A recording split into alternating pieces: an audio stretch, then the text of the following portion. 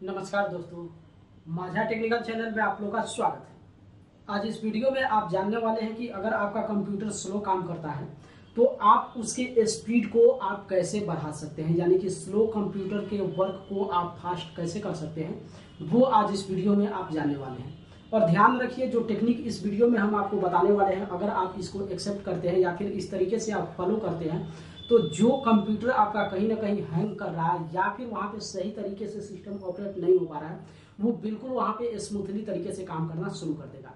लेकिन इसको समझने के लिए सबसे पहले आपको ये समझना जरूरी हो जाएगा कि आखिर कोई भी कंप्यूटर जो है वहां पे हैंग क्यों करता है, या फिर आपका कंप्यूटर का जो स्पीड है वो स्लो क्यों हो जाता है। तो यहाँ पे सिर्फ और सिर्फ दो रीजन है, चाहे आपके पास लैपटॉप हो या फिर डेस्कटॉप हो, सबसे पहले दो ही रीजन के कारण जो है आपका कंप्यूटर वहां पे स्लो काम करना शुरू कर देता है। पहला, अगर आपका मेमोरी फुल हो जाता है। ध्यान रखिए, आपके कंप्यूटर में दो मेमोरी होता है और अगर वो दोनों मेमोरी फुल हो जाता है, स्पेस अगर कम रहेगा। हमेशा ध्यान रखिए, अगर आपके पास लैपटॉप है तो आप कोशिश कीजिए कम से कम 50 GB उसका मेमोरी खाली रहे।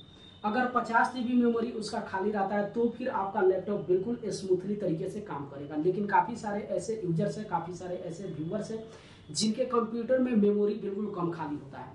तो अगर स्पेस कम खाली होगा तो जाहिर सी बात है आपका जो डिवाइस है वो ऑटोमेटिक वहाँ पे हैंग होना शुरू हो जाएगा और वो जो काम कर रहा है वो बिल्कुल स्लो मोशन में काम करना शुरू कर देगा। तो सबसे पहले आपको करना क्या है कि जो अनयूज फाइल है, और एक चीज हमेशा ध्यान रखिए, जो नए क्रिएटर्स होते हैं, जो नए व्यूअर्स होते हैं, इस बात को भी नहीं समझते हैं। आप जिस फोल्डर को आप अपने कंप्यूटर से डिलीट करते हैं, वहां पे किसी भी फोल्डर को डिलीट करने का दो तरीका है। एक, डायरेक्ट आप फोल्डर को जो है वहां पे क्लिक करते हैं और डायरेक्ट डिलीट वाला बटन आप प्रेस कर देते हैं। तो हमेशा आप ध्यान रखिए, किसी भी फोल्डर को अगर डायरेक्ट आप डिलीट बटन से आप वहां पे डिलीट कर रहे हैं तो वो सिर्फ आपके जगह से डिलीट हो जाता है, यानी कि आपके डिवाइस में जहां पे वो फोल्डर है वहां से डिलीट हो जाता है। लेकिन उसका स्पेस जो है आपके कंप्यूटर में खाली नहीं होता है। तो उस चीजों को परमानेंटली डिलीट करने के लिए आप शिफ्ट प्लस डिलीट का बटन अगर एक साथ आप प्रेस करते हैं तो वो जो फाइल है परमानेंटली आपके कंप्यूटर से डिलीट हो जाता है।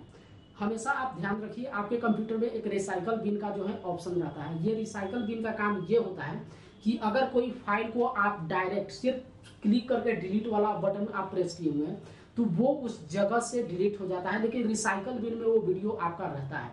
जब आप रिसाइकल बिन में जाएंगे और उस वीडियो को नाम आप सर्च करेंगे तो वहां पे वो वीडियो आपका मिल जाता है, जहां से आप उस वीडियो को रीस्टोर कर सकते हैं। इसका मतलब साफ हो जाता है कि काफी सारे ऐसे लैपटॉप यूजर्स हैं जो इस बात को नहीं समझते हैं। तो आप किसी भी अनयूजलेस फोल्डर को जब भी डिलीट करना हो तो आप परमानेंटली उसको अपने डिवाइस से डिलीट कीजिए और उसके लिए शिफ्ट प्लस डिलीट का बटन जो है प्रेस कीजिए। तो चलिए, एक चीज आपके पास ये हो गया कि आप अपने कंप्यूटर का जो मेमोरी है वो कितना खाली कर सकते हैं, वो जाकर आप खाली कर दीजिए। और ध्यान रखिए, आपका कंप्यूटर का मेमोरी कितना भी फुल हो गया है, आप रिसाइकल बिन वाले ऑप्शन को एक बार आप क्लिक कर दीजिए। वहां से लगभग दावे के साथ हम कर सकते हैं कि लगभग आपका 50 GB मेमोरी जो है बिल्कुल वहां पे फ्री हो जाएगा। जो बिल्कुल आपका अनयूज्ड डाटा जो है, जिस फोल्डर को, जिस मूवी को आप पहले कभी डिलीट मारे हुए थे, वो भी वहां पे रहेगा। आप वहां से जाकर उस फोल्डर को डिलीट कर दीजिए। इस तरीके से आप अपने लैपटॉप को 50 GB तक फ्री कर सकते हैं। तो एक, आप मेमोरी को फ्री कर दीजिए, इससे आपका कंप्यूटर बिल्कुल स्मूथली वर्क काम करना शुरू कर देगा। दूसरी चीज, फंसता आखिर कहाँ पे है, तो किसी भी डिवाइस को जब आप ऑपरेट करते हैं तो वहां पे उसका रैम और जो प्रोसेसर होता है, इस पे आपको ध्यान होगा कि जाहिर सी बात है किसी भी डिवाइस का जो रैम और प्रोसेसर आप लिए हुए हैं उसका कितना कैपेसिटी है। अगर उसके कैपेसिटी से बाहर अगर आप किसी सॉफ्टवेयर को वहां पे यूज करते हैं तो ये तो ऑटोमेटिक 100% तय है कि जो आपका डिवाइस है वो स्लो काम करेगा ही करेगा। जैसे मान लीजिए आपके पास जो भी लैपटॉप है, उस लैपटॉप की जो कैपेसिटी है, अगर उसके कैपेसिटी से बाहर अगर आप किसी सॉफ्टवेयर को डाउनलोड कर लेते हैं या फिर किसी गेम को ही आप डाउनलोड कर लेते हैं तो इसका मतलब उसमें कोई भी सुधार नहीं है।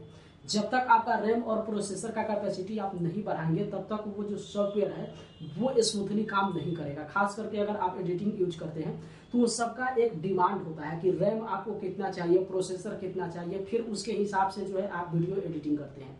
तो ये सब चीज अलग हो जाता है। लेकिन अगर आप गेम का सॉफ्टवेयर चला रहे हैं या फिर किसी भी सॉफ्टवेयर को चला रहे हैं और अगर वो सॉफ्टवेयर फंस रहा है, इसका मतलब है कि वो जो सॉफ्टवेयर है वो आपके कंप्यूटर से हाई लेवल का है और यही कारण है कि वो सॉफ्टवेयर आपके डिवाइस पे फंस रहा है। तो उस सॉफ्टवेयर को आप अपने कंप्यूटर से रिमूव कर दीजिए और कोशिश कीजिए उसके जगह किसी और सॉफ्टवेयर को यूज कर देगा, क्योंकि उसके लिए कोई भी वहाँ पे समाधान नहीं है। उसके लिए समाधान एक ही है कि आपको अपने कंप्यूटर का रैम और प्रोसेसर जो है बढ़वाना पड़ेगा। तो आप बढ़वाने जो जाएंगे उससे बेहतर है आप एक अलग डिवाइस ले लीजिएगा। लेकिन फिलहाल जो आपके पास डिवाइस है उस डिवाइस की जो भी कैपेसिटी है, जितना रैम और प्रोसेसर, अगर उसके हिसाब से आप सॉफ्टवेयर वहाँ पे इस्तेमाल करते हैं तो बिल्कुल आपका कंप्यूटर स्मूथली काम करेगा। तो दो ही आपके पास ऑप्शन होता है। काफ़ी सारे ऐसे लैपटॉप क्रिएटर्स है या फिर डेस्कटॉप क्रिएटर्स है जो इस बात को नहीं जानते हैं और रैम और प्रोसेसर के कैपेसिटी से बाहर का किसी सॉफ्टवेयर को इंस्टॉल करते हैं, तो वो तो 110% फंसेगा ही फंसेगा।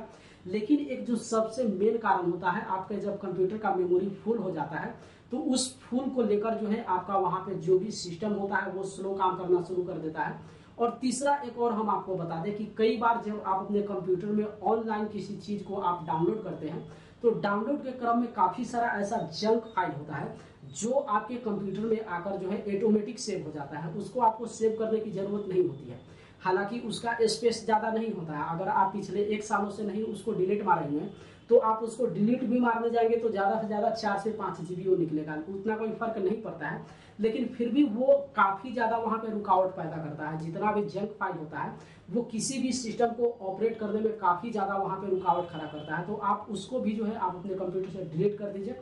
और इस तरीके से ये तीनों काम अगर काम कर देते हैं तो जो आपका कंप्यूटर कहीं ना कहीं स्लो काम कर रहा था वो ऑटोमेटिक फास्ट काम करना शुरू कर देगा।